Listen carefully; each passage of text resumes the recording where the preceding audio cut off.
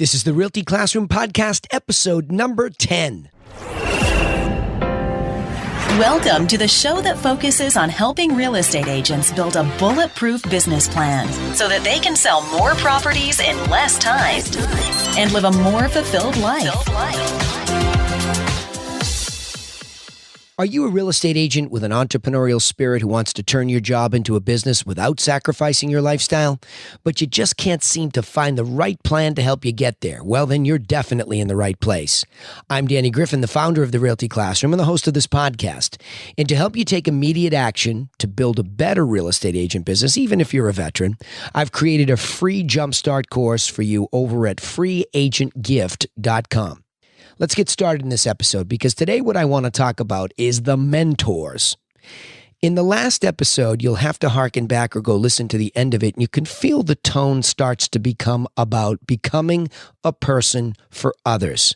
For me, that's really, if there's ever one tagline that I'd like, left behind, is that the guy tried to really be a person for others. That's why I like this business. We get to really help people through the single largest financial and emotional transaction they'll ever make in your lifetime. So, that's really a big endeavor. So I think it's important to recognize it. But then where does that leave you? Once you say, okay, good, I'm in, I like that, that feels right. But now you get into all this how to. I'm willing, that's the type of person I am, but how do I do this? And I think the most important thing to recognize is that you have to get some mentoring, or you have to find somebody who has the information in the right order. I'll never forget hearing that guy by the name of Nito Cubain. A great line just said, go find experts who have put the right information in the right order. I love that. But I want to give you a caveat before we go there. I want you to recognize that mentors or successful people who have put something in the right order and had tremendous success, and you'll want to learn what they do. But remember one thing, they are no better than you are. Get that through your head early and often. They are no better than you are. See, we all come out of the womb with equal opportunity. Circumstances beat us up, lift us up, whatever. It doesn't matter. We all have that chance to learn and grow and become something greater than we are today, every day. So remember, you have that fair chance.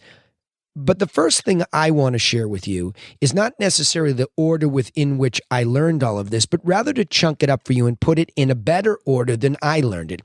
If I could have really taken Michael Gerber's work in the very beginning, it would have been because I would have fully understood that as I went out looking for a business plan, which is really non-existent out there in this business, it's hard to find for an agent or an agency for that matter, a plug-and-play plan. I know everybody claims to have one, but it's much more complicated than it looks. And that's because small business is complicated. So when you go to Gerber, he's more like the small business guru who really puts a lot of good information in front of you to consider how to figure out how a small business really works. And that's the main point of his book, is to start off by asking yourself, before I go into this business, I need to ask myself the critical question, how does that business really work?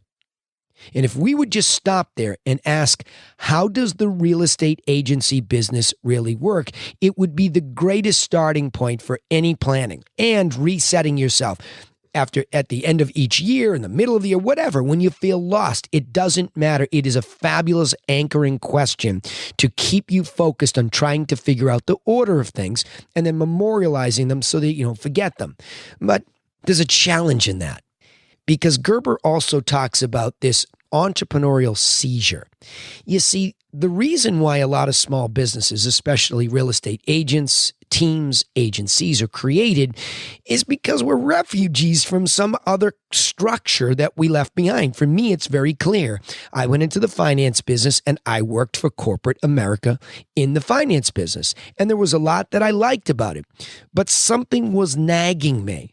And at that time, at a ripe 22 years old, I think at the time, something was really nagging. I wanted to go back to business school to learn more about business, put things in order, but there was really something pulling at me, and I couldn't figure it out. But today I can.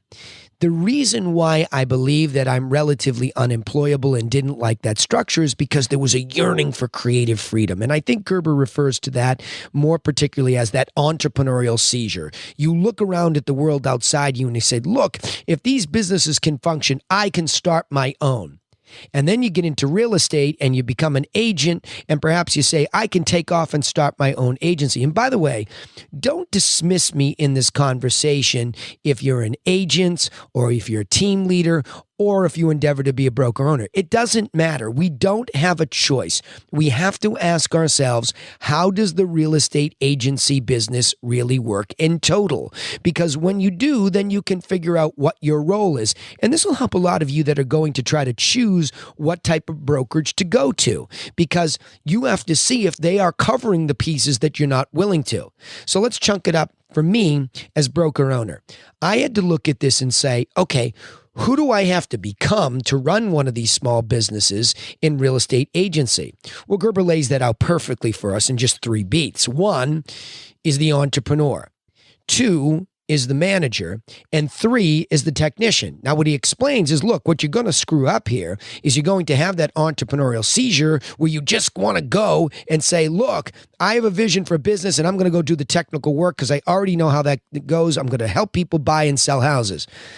But wait, that comes to a screeching halt. Most agents that think like that skip right over that middle layer. Why? You're probably not birthed as somebody who takes management as something that you get out of bed every day wanting to do. You don't really think about planning and managing and all that good stuff. You know somewhere in the back of your head that it's necessary and you ought to consider it. But that's the whole body of work I'm trying to help you with. Look, I'd love you to sell more houses and enjoy this, and I'd love you to see that vision of your brand and your business grow. But you're just not going to get there without all 3 of these foundational personality types, right? And there's the point. You have to be tripolar when you own a small business as an agent. And again, if you're an independent contractor, you are a small business owner, even if you don't own the brokerage or you don't run the team. You're it, and nobody's coming for you. So you better get used to being tripolar. So instead of having that seizure where you run down to the technical work, slow down and think about how to put those managed plans in order. And they're not rocket science. I've summed them up before, and I'll continue to do so on this podcast. The 1-2 punch of management is a simple marketing plan that is based on deciding where you're going to do it, what makes you unique for your message, so you have market and message, and then what media you want to use to not go broke. That can start with a handshake and your mouthpiece. In other words, telling people what you believe makes you unique. And again, I would suggest you all start to say, I am a strategic professional in real estate. Okay, let that sink in. And what that means is over time through this podcast, I will help you sound organized and planned out. And that is what a professional does. They are hyper organized and detailed with a simple plan. So you have that market, message, media, and then on conversion, you're moving people from lead to prospect to client based on a conversion or communication system. So you see, it's not that hard to become the manager. You just have to know the basics of the 1-2 punch of those. Now, of course, I have other modules that I believe are important. Your closing module has to be managed, and your past client community module. So I've always looked at those 4 and said, gee, what's the big deal? Why am I making such a difficult time of all this? Let me just get in there and stick to those basic plans. And that allows me to be clearer when I go to do the technical work of marketing, meaning doing the postcard up, writing the newsletter, writing the ad on Google pay-per-click, whatever it may be, that's the actual technical work. But if I just look up at my marketing plan and say, well, why am I even doing Google pay-per-click? Is that part of the plan that I decided, or should I be doing my postcard? So that's where a lot of you are getting lost because you just didn't take a beat to figure out what was the best media for you to deliver your message to your clear avatar or ideal client. So those are really the key points that Gerber as a mentor delivers us. But I had a unique opportunity to meet this guy at a ripe old age of 80. And I happened to be at a conference, and I think I've probably referenced this before, but he's a great dude to the extent that he's cantankerous, and I like that. He's edgy. You know me, I'm the Boston City kid. We're edgy. We like it. We like to mix it up. I don't want to be comfortable. I want you to make me feel uncomfortable in a conversation. You make me think. You make me get better. Well, Gerber's fantastic at that. So I went over to him, and I showed him the TRC model, and I said, Michael, you had just so much influence on me via my mentor, and this is what it is. And he snapped during that conversation one line and dropped it on me like a bomb. You don't know what you don't know. And that's a cage rattling moment for me. Because if there's something a mentor should really do is to say, look, don't get comfortable. You still don't know what you don't know. This is great. This model looks great, but always keep your eyes open and your ears open because change is going to come. And you've barely begun to discover all the nuances of what? How does the real estate agent business really work?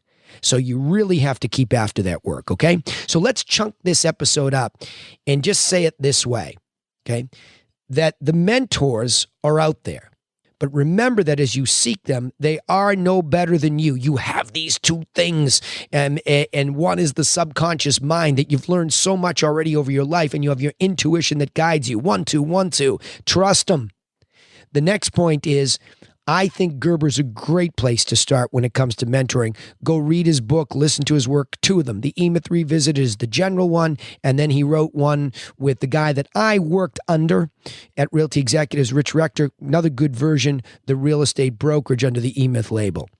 And the big question you want to keep in mind when you listen to that work is, how does the business work? And remember to become tripolar, balancing the personalities of entrepreneur who supplies the vision, manager who manages the plans, and technician who does the work. And remember always to feel like you don't know what you don't know, so you keep seeking the subtleties, right?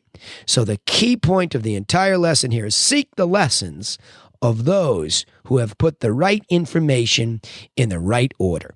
Now remember, you can take immediate action to start getting off in the right direction with this stuff. We have a free video course that we set up for you over at freeagentgift.com. It's simple, it's straightforward. And plus, if you like what you learned here, then we'd really appreciate it if you would subscribe, whatever platform you're on, please subscribe and help us share these insights by giving us a positive review, if that's the way you feel, on whichever platform you're listening, so that other entrepreneurial agents just like you can find their way here to join us. Thanks for listening, and we look forward to helping you in the next episode. You've been listening to The Realty Classroom with Danny Griffin. Join us next time to continue learning how to build a smarter real estate agent business plan that helps you live a more fulfilled life.